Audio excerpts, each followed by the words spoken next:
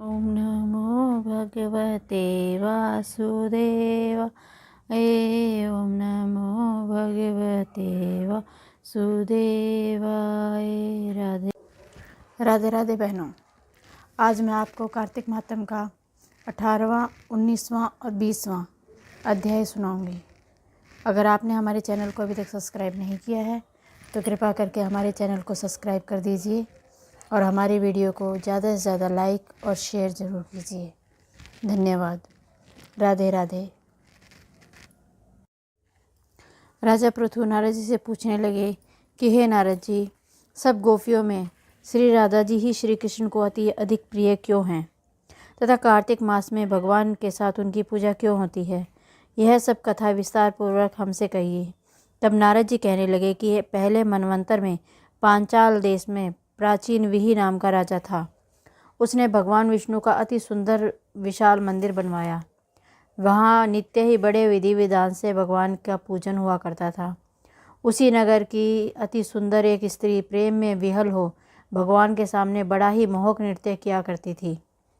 उसके मन में सदैव यही लालसा रहती थी कि वह इसी तरह भगवान के गले में बाहें डालकर नृत्य करती रहे। एक दिन उसने अपना समस्त द्रव्य लाकर गरीबों में बांट दिया और उसी मनोरथ में अपने प्राण त्याग दिए। दूसरे जन्म में वह सुंदर देवांगना बनी। एक दिन चंद्रकीर्ति नाम वाली वह देवांगना दर्पण में अपना अद्भुत रूप लावण्य देखकर मन ही मन कहने लगी कि सिवाय भगवान के मेरा और कोई पति नहीं हो सकता। ऐसा विचार कर भगवान की मूर्ति में अपना मन लगाकर नृत्य करने लगी।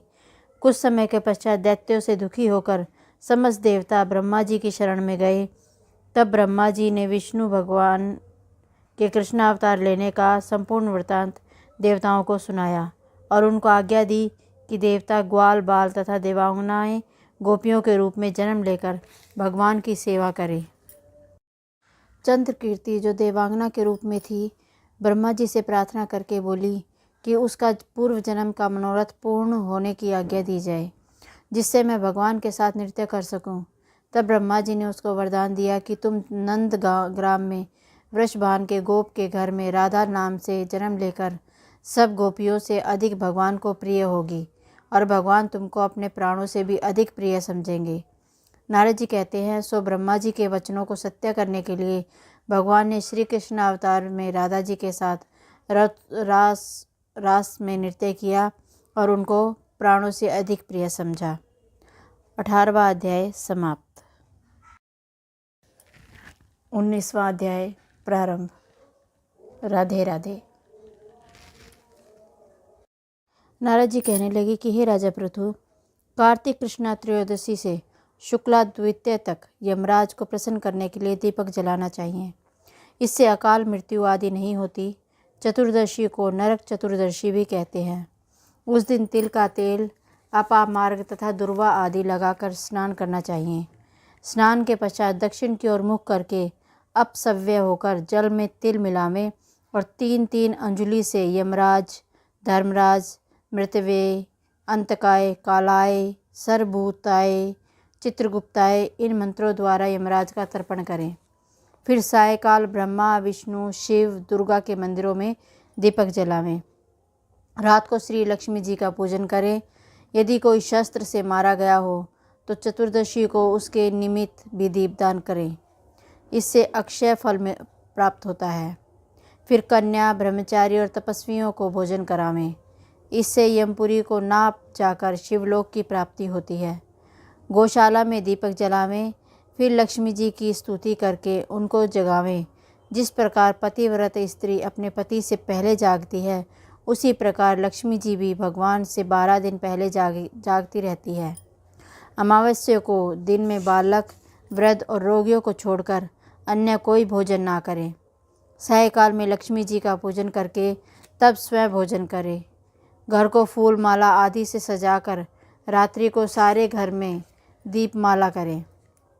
घर के सभी स्त्री पुरुष नवीन वस्त्र धारण करें और समस्त रात्रि नृत्य, गीत आदि हर्षोल्लास से बितावें।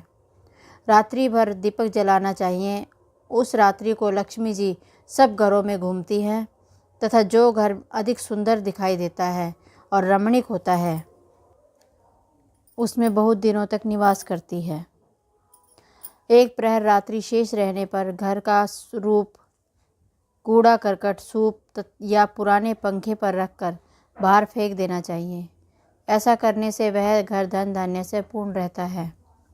दूसरे दिन गोवर्धन बनाकर बंधु बांधवों सहित पूजन करके ब्राह्मणों को भोजन करावें। स्वयं भी नवीन अन्न का भोजन करें।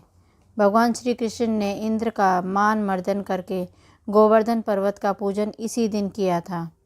सायकाल के समय गो तथा वृषभ यानी बैल का पूजन करके उनसे अपने तथा परिवार के भरण पोषण व रक्षा के लिए प्रार्थना करें। बलि तथा और उसकी पत्नी विंध्यावली की मूर्ति बनाकर सायकाल के समय पूजन करके दान आदि क्रिया करने वाला परिवार सदा सुखी रहता है। 19वां अध्याय समाप्त। 20वां अध्याय प्रारंभ। राधे राधे। नारद जी कहने लगे, हे राजा पृथु, जो कार्तिक कृष्ण अमावस्या को दीपावली करता है वह कभी दरिद्र नहीं होता। इस संबंध में एक इतिहास सुनो। धुरसेन देश में सत्य शर्मा नाम का एक अत्यंत दरिद्री ब्राह्मण रहता था। उसके मन में सदैव यही लालसा बनी रहती थी कि यदि मेरे पास धन हो तो मैं उसे दान आदि धार्मिक कार्यों में व्यय करूं। इसके लिए वह सदैव विष्णु का पूजन किया करता था। वह जो कुछ कमाता सब व्यय हो जाता।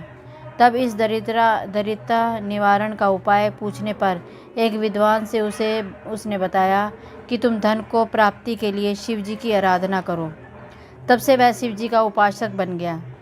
निदान 1 वर्ष बीतने पर एक दिन शिव जी ब्राह्मण का रूप धारण कर उसके पास आए और बोले कि हे विप्र, धन की प्राप्ति हेतु तुम राजा के पास जाकर उससे वरदान मांगो कि कार्तिक बदी अमावस्या को हमारे सिवाय और कोई अपने घर में दीपक ना जलावे। ब्राह्मण ने ऐसा ही किया और राजा उसकी बात स्वीकार कर ली। निदान कार्तिक कृष्ण अमावस्या से एक दिन पूर्व अर्थात चतुर्दशी को सत्य शर्मा ने राजा के पास जाकर उसको याद करवाया कि उसी समय राजा ने सारे शहर में ढिंढोरा पिटवा दिया कि अमावस्या को कोई भी घर में दीपक ना जलावे। राजा की आज्ञा अनुसार अमावस्या की रात्रि को किसी ने भी दीपक नहीं जलाया। जब रात्रि को लक्ष्मी जी नगर में आई तो देखा सारे नगर में अंधेरा है, मगर एक ब्राह्मण का घर खूब सजा हुआ है, साथ ही दीपमाला से जगमग हो रहा है। लक्ष्मी जी प्रसन्न होकर जब उस घर में जाने लगी तो ब्राह्मण ने उनका रास्ता रोक लिया और कहने लगा, हे बद्रे, तुम्हारा पति अति कठोर है और तुम अति चंचल हो, इस कारण तुम हमारे घर में प्रवेश मत करो। तब लक्ष्मी जी कहने लगी कि भगवान के शयन के समय मैं आई हूँ, अतः निश्चय करके तुम्हारे घर में वास करूँगी। यह सुनकर ब्राह्मण ने कहा कि यदि तुम इस बात की शपथ लो कि तुम 3 वर्ष पर्यंत तुम हमारे घर से नहीं जाओगी और यही वास करोगी तो हमारे घर में आ सकती हो। लक्ष्मी जी कहने लगे कि यदि तुम विधि पूर्वक पूजन करोगे तो मैं निश्चय ही तुम्हारे घर में वास करूँगी। यह सुनकर ब्राह्मण ने पूछा कि मैं किस विधि से तुम्हारा पूजन करूं? तब लक्ष्मी जी कहने लगे कि कार्तिक बदी अमावस्या को प्रातःकाल स्नान आदि करके देवता और पितरों का पूजन करो, सायकाल हमारा पूजन करें। सबसे पहले स्वस्तिक वाचन द्वारा गणेश जी का पूजन करें, फिर कुबेर का पूजन करके संकल्प करें, तत्पश्चात लक्ष्मी जी का पूजन करें। कैसा स्वरूप है लक्ष्मी जी का? कमल के आसन पर स्थित, कमल पुष्पों की माला धारण किए, कमल जैसे नेत्र वाली, गंभीर नाभि वाली, स्तन के भार से नम्र, सुंदर वस्त्र वाली, देवताओं के हाथियों द्वारा मणियुक्त घड़ों से स्नान करने वाली, कमल पुष्प हाथ में लिए ऐसे लक्ष्मी मेरे घर में निवास करे। सर्वप्रथम लक्ष्मी जी को आसन दे, फिर पद्म, अर्घ, आचमन, स्नान, वस्त्र, धूप, दीप, नैवेद्य, जल, तांबुल, सुपारी, इन सब वस्तुओं को अर्पण करके नमस्कार करें। दीपक जलावें और तामस रात्रि भगवान का कीर्तन करें। इस प्रकार कुबेर और लक्ष्मी जी का पूजन करके ब्राह्मण को भोजन करावें। तत्पश्चात बंधु बांधवों सहित आप भी भोजन करें।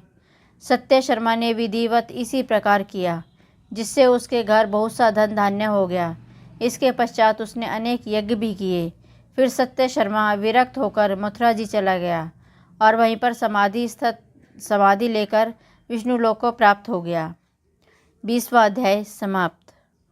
बोलो श्रीमन नारायण नारायण नारायण भजमन नारायण नारायण नारायण विष्णु नारायण नारायण नारायण भजमन नारायण नारायण नारायण। जो नारायण नाम लेते हैं, जो नारायण नाम लेते हैं, भव से पार उतारायण। श्रीमन नारायण नारायण नारायण भजमन नारायण नारायण नारायण। लक्ष्मी नारायण नारायण नारायण विष्णु नारायण नारायण नारायण। राधे राधे।